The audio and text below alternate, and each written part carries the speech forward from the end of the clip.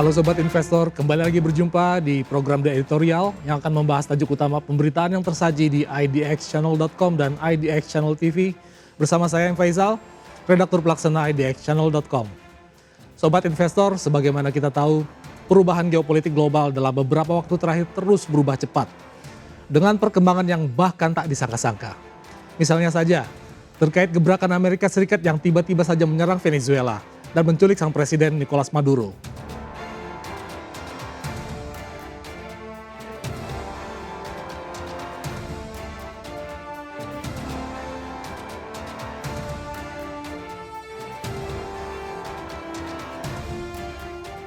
Kemudian kembali membangun konfrontasi dengan Iran, dan lalu seketika membidik Greenland untuk segera dianeksasi.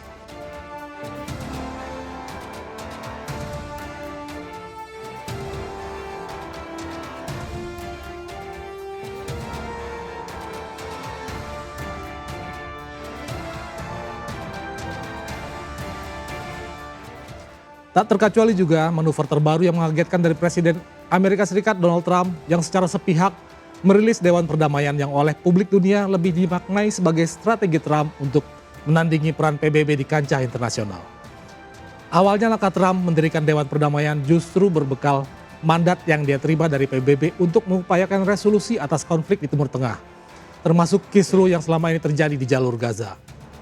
Namun rupanya dalam mandat yang diberikan PBB tidak dibatasi kewenangannya untuk membereskan konflik jalur Gaza semata, melainkan juga mencakup kawasan konflik lain secara global.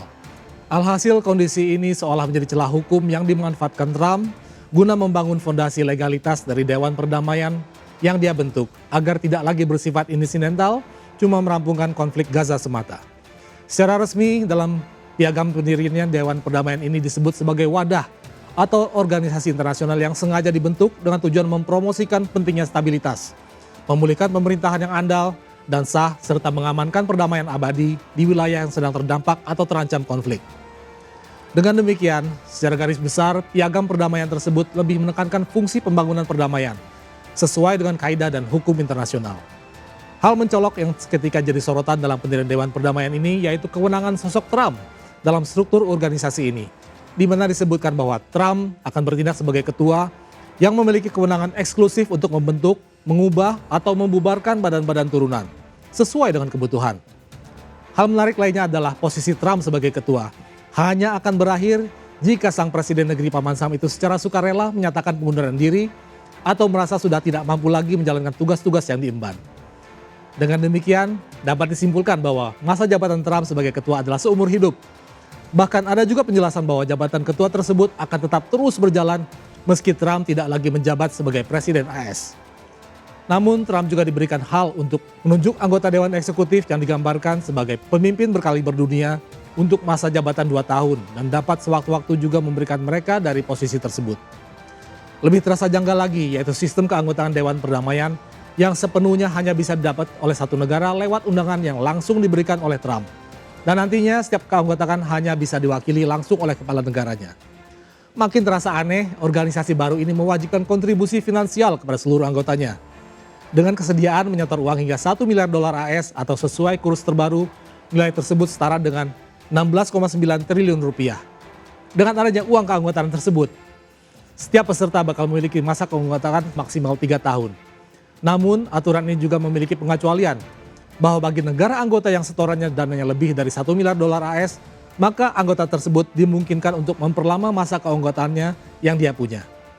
Untuk saat ini selain Trump yang mentasbihkan diri sebagai ketua, ada juga 7 tokoh kunci yaitu meliputi Menteri Luar Negeri AS Marco Rubio, negosiator khusus Trump Steve Witkoff, menantu Trump yaitu Jared Kushner, mantan Perdana Menteri Inggris Tony Blair, miliarder sektor keuangan AS Mark Rowan, Presiden Bank Dunia Ajay Banga, serta ajudan dekat Trump di Dewan Keamanan Nasional Robert Gabriel.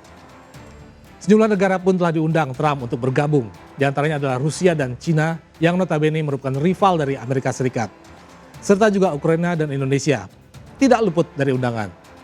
Sementara negara-negara yang telah diundang namun menyatakan penolakannya yaitu Prancis dan Inggris. Yang menarik, Trump diketahui juga sempat mengundang Kanada untuk bergabung, namun kemudian dicabut lagi oleh Trump dengan alasan tidak ada alasan khusus pencabutan undangan tersebut. Di lain pihak, terkait posisi Indonesia dalam lembaga tersebut, telah diresmikan melalui dokumen keanggotaan yang ditandatangani secara langsung oleh Presiden Prabowo Subianto. Dalam sambutannya usai penandatanganan, Prabowo menyebut bahwa keikutsertaan Indonesia dalam lembaga ini adalah demi lebih mendorong lagi upaya perdamaian di jalur Gaza, serta memastikan bahwa proses transisi Gaza tetap berjalan dan mengarah pada solusi dua negara atau two-state solution, dan bukan merupakan pengaturan permanen yang justru dapat melukai hati rakyat pasti Indonesia. Menurut Prabowo, Indonesia akan memaksimalkan peluang keikutsertaan ini untuk menyuarakan posisi prinsipil terkait penghentian kekerasan, perlindungan warga sipil, akses kemanusiaan yang bisa dengan mudah didapat, serta pemulihan tata kelola sipil Palestina yang legitimate. Sementara secara resmi, Kementerian Luar Negeri juga telah mengeluarkan pernyataan resmi bahwa keanggotaan Indonesia dalam Dewan Perdamaian ini merupakan bentuk pengakuan dunia terhadap kemampuan diplomasi Indonesia, serta pada posisi dan pandangan Indonesia terhadap perdamaian di kawasan konflik. Termasuk di dalamnya konflik di jalur Gaza dan juga perdamaian dunia secara keseluruhan. Di lain pihak, sejumlah pihak pun ketika angkat bicara untuk merespon pilihan pemerintah untuk masuk dalam keanggotaan Dewan Perdamaian. Seperti yang disampaikan Direktur Paramadina Graduate School of Diplomacy, Ahmad Khairul Umam, yang menilai bahwa keikutsertaan Indonesia perlu dibaca tidak sebagai pilihan ideologis, melainkan lebih secara pragmatis dan strategis. Dalam lanskap politik internasional dewasa ini yang semakin transaksional dan berorientasi pada politik kekuatan, maka pilihan Presiden Prabowo dinilai sebagai sebuah keputusan yang relevan dan memang perlu dilakukan. Namun Khairul juga memberi catatan bahwa pilihan tersebut harus benar-benar dijaga agar tidak sampai menyeret Indonesia dari pilihan politiknya yang bebas aktif. Namun pertanyaan pun muncul, dengan peran Trump yang sedemikian besar dalam forum tersebut, apakah catatan Khairul tersebut bisa dipenuhi dengan baik? Apakah Indonesia bisa tetap bersikap bebas aktif? Sedangkan dengan jelas dan lugas bahwa posisi Dewan Perdamaian berada dalam kendali Trump. Lalu apa sebenarnya yang bisa dimanfaatkan Indonesia dalam forum tersebut? Jangan sampai kita berupaya mengejar kayu, namun bahkan rotan pun ternyata lepas dari genggaman. Demikian program editorial edisi kali ini, saya M. Faisal, pamit undur diri. Pantau terus berita ekonomi, bisnis, dan pasar modal hanya di IDX Channel TV, idxchannel.com, dan media sosial IDX Channel. Sampai jumpa.